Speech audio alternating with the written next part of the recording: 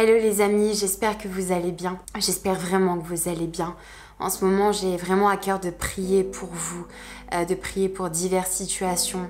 Et je vous encourage de tout mon cœur à continuer à espérer en l'Éternel, de continuer à vous en remettre à Dieu. Le soleil se lève toujours et c'est que lorsque nous sommes arrivés en haut de la montagne que nous nous rendons compte qu'elle n'était pas si infranchissable que ça. Je sais que les temps dans lesquels nous sommes sont des temps compliqués, mais de tout mon cœur, soyez fortifiés. Aujourd'hui, je souhaitais vous parler de quelque chose que le monde appelle l'hypersensibilité émotionnelle. Moi, j'appelle plutôt ça la prison émotionnelle, ou quand tes sentiments prennent le dessus sur toi, quand tes émotions te contrôlent. C'est un des grands témoignages de ma vie. Le Seigneur a permis qu'aujourd'hui je ne sois quasiment plus contrôlée par mes sentiments et mes émotions, mais je sais que beaucoup passent par ça et j'espère que ce témoignage pourra vous aider. Si vous avez suivi mon histoire, vous avez vu que mon enfance a été un petit peu compliquée au niveau de l'école. J'ai beaucoup été rejetée à propos de beaucoup de choses, sûrement de qui j'étais, de mon physique, de ma manière d'être, j'en sais rien. En tout cas, j'ai subi énormément de rejets, d'harcèlement et de moqueries de la part de beaucoup de personnes finalement. Rajoutez à ça les liens spirituels, les liens familiaux et vous faites un cocktail d'une personne qui se sent totalement mal dans sa peau, mais surtout qui développe des sentiments et des émotions largement supérieurs et décuplés par rapport à la moyenne. Aussi loin que mes souvenirs remontent, je me souviens de beaucoup pleurer, très souvent de pleurer pour n'importe quoi, tout me touchait.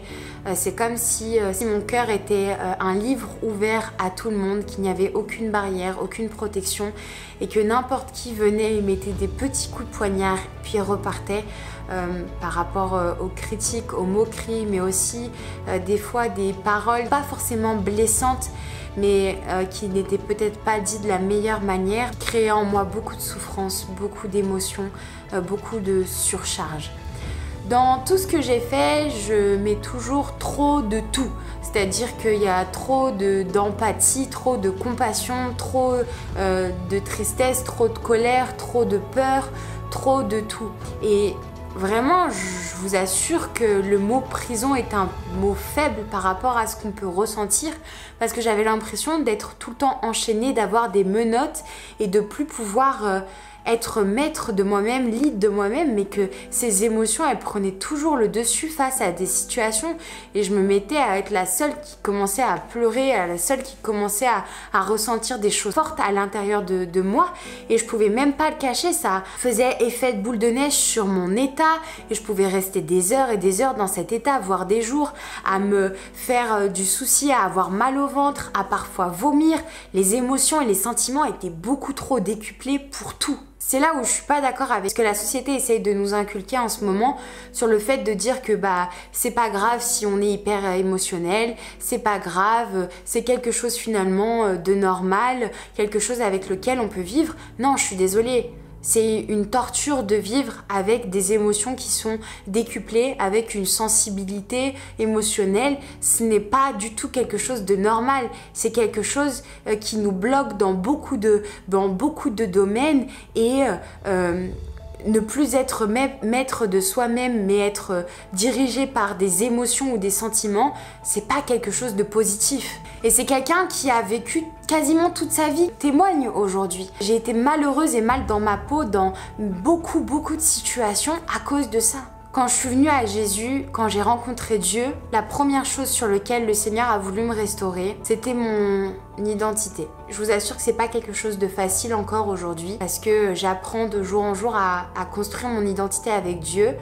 C'est quelque chose qui n'est pas acquis à 100%. Mais la chose la plus pressante, c'était ça parce que je pensais que j'étais née pour souffrir.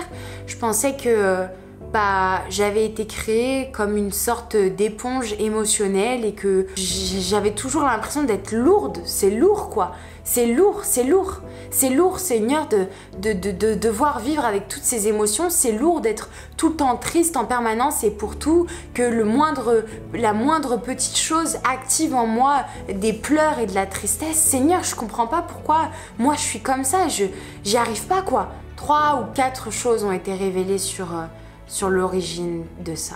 La première des choses, c'était l'identité. Dieu travaille mon cœur encore et encore pour que je puisse m'accrocher à lui et avoir l'assurance de qui je suis en lui, ce qui n'est pas une chose facile. La deuxième chose, c'était la confiance en soi, qui va avec l'identité. J'ai jamais eu confiance en moi et encore à l'heure d'aujourd'hui, c'est quelque chose sur lequel je travaille parce que c'est dur d'avoir de la confiance, c'est dur de savoir ce que l'on vaut, c'est dur de ne pas se laisser emporter par les paroles des autres, c'est dur. C'est quelque chose sur lequel encore je travaille. La confiance en soi. Se dire qu'on est capable, se dire qu'on est belle, se dire qu'on est créé parfaitement, se dire que Dieu ne nous abandonnera pas. Quand vous avez grandi avec aucune confiance et que chacun venait et essayait de détruire le peu de confiance que vous essayez d'avoir, imaginez la tâche compliquée et combien de temps ça prend pour avoir confiance en vous dans le Seigneur. La troisième chose, c'était confiance en Dieu. C'est dur de faire confiance à 100% à Dieu. C'est dur de lâcher prise. C'est dur de lui abandonner notre vie, de lui donner notre vie. C'est dur. C'est dur que quand le vent vient, que les tourments sont là, c'est dur de dire « L'Éternel est mon rocher, celui en qui je me confie ». C'est dur. C'est quelque chose que j'apprends encore et encore. Avoir totalement, à 100%, aucun pourcent reste, à 100% confiance en Dieu. Et je suis sûre que si vous êtes honnête avec vous, à l'heure d'aujourd'hui, peu ont 100% confiance à vraiment dans chaque chose, chaque situation, vraiment chaque domaine, 100% confiance en Dieu et ne contrôlent rien. La quatrième des choses, elle était liée au spirituel. Le bagage familial, ce que vous lèguent vos parents et les blessures que vous portez qui ont besoin d'être restaurées, parfois besoin aussi de délivrance, c'est tout ce qui est lié au spirituel. Vous vous sentez fatigué, vous vous sentez chargé d'émotions, chargé de sentiments en tout genre. Le témoignage de cette vidéo, c'est que en travaillant sur ces 4 points, à l'heure d'aujourd'hui, je peux dire que je ne dépends plus quasiment à 99% de mes émotions. Dieu ne veut pas que nous marchions par nos émotions ou par nos sentiments. Dieu veut que nous marchions par la foi. Si Jésus avait marché par ses émotions ou ce qu'il ressentait, il ne serait jamais allé à la croix. Parce qu'à Gethsémani, il dit à Dieu « Éloigne cette coupe de moi ». Il reprend ses esprits, il dit « Mais non pas ma volonté, mais ta volonté ». Les émotions et les sentiments sont des choses variables, ce sont des données. Elles prennent en compte comment nous nous sentons, parfois même nos hormones, notre histoire et l'environnement dans lequel nous nous trouvons. Ce que vous ressentez aujourd'hui ne sera pas aussi important demain. Il est donc important de ne pas marcher selon ses émotions ni ses sentiments, mais de marcher par la foi. Avoir confiance, totalement confiance en Dieu. Oui, c'est vrai, Dieu pleure. Jésus pleure aussi. Il y a de nombreux passages de la Bible qui nous le montrent. Mais il ne reste jamais dans cet état. Il ne reste jamais dans cette situation. La Bible dit par exemple pour la colère, lorsque vous vous mettez en colère, ne péchez pas et que le soleil ne se couche point sur votre colère. Il est important de ne pas rester emprisonné, de ne pas rester dans des situations où nos émotions nous contrôlent. Si Dieu marchait par les émotions ou les sentiments, nous ne serions même plus peut-être appelés ses enfants parce que nous péchons sans arrêt contre lui, parce que nous sommes infidèles, parce que nous l'abandonnons. Dieu nous aime et nous l'aimons parce qu'il nous a aimés le premier.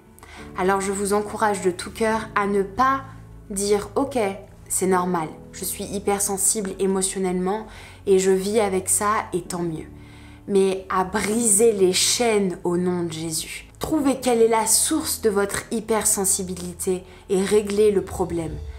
Parce que je vous assure que même si vous tentez d'accepter que ça vient de vous, ça ne vient pas de vous. Et vous vivez dans une prison. Vous n'êtes pas libre avec ces émotions et ces sentiments. La Bible dit « Garde ton cœur plus que toute autre chose, car c'est de là que viennent les sources de la vie. » Tout le monde ne doit pas avoir accès à votre cœur, parce que sinon, vous mourrez. Si Dieu a fait ça pour moi, il le fera pour vous.